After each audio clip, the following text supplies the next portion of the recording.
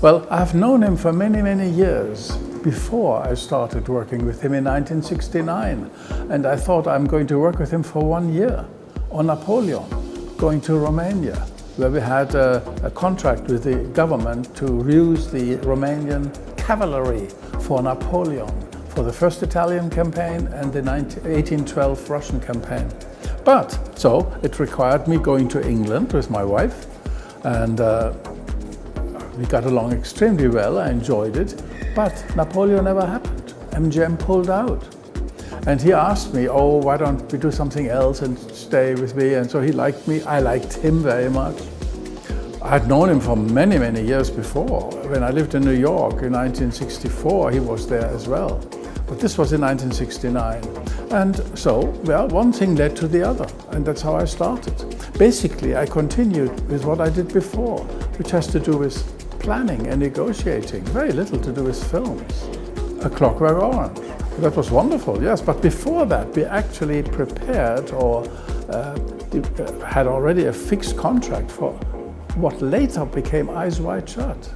That was already in 1970. It was called Dream Novel, Traumnovelle by Arthur Schnitzler. But then it was so difficult, and then Stanley postponed it, and again and again and again, and I'm very glad he finally made it, because he considered Eyes Wide Shut his greatest contribution to the art of filmmaking. It was challenging to get difficult items at the right time and at the right price. But you know, you can't say most challenging, because he himself was so demanding on himself. And that's why it is very easy to work with somebody demanding, because he sets the example.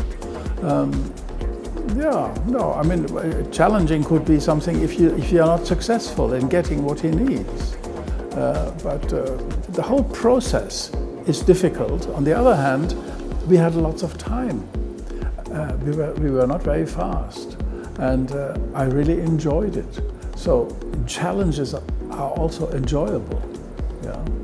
One of the great little things was when I managed to get the 3 tanks for Full Metal Jacket, because we couldn't get them from the Americans. So I got them from the Belgian army. These were tanks which were period tanks from the Vietnam War. And we found them in Antwerp from the Belgian army. I was very, very happy to get those, because it wasn't easy. So, yeah, every film is very different. One thing has nothing to do with the other. But for me, I'm not an artist. For me, it was always the same. I'm a member of the crew, and my job was to get things available at the right time, at the right price. And I was not the only one. A funny story was when during Wimbledon, we watched a match between Boris Becker and John McEnroe. I forgot who won, doesn't matter. And he said afterwards, oh, no film can ever be so exciting. So, yeah, well, I didn't agree with him, but never mind. I guess, the Zeiss 0.7 50mm lens, because it was such a battle to get this done and adapt it for Barry Lyndon.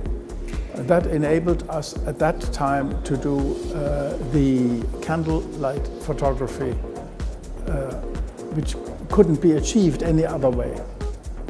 Today it's easy because lenses are much faster and film is much faster. At that time in 1972, film speed was limited to 100 ASA, and the fastest lens was f2. Absolutely, everybody should see this. I think it's a unique exhibition. I don't think there has ever been an exhibition about a single filmmaker to this magnitude. And particularly good for young potential filmmakers to see how much love and care went into each film and into each detail. I think that's the most valuable lesson. I was very happy last night that there were so many young people here. Yeah, they can learn a lot. Hello, I'm Jan Harlan, and I urge you to come to see the Stanley Kubrick exhibition. It will be a real eye-opener in every sense of the word.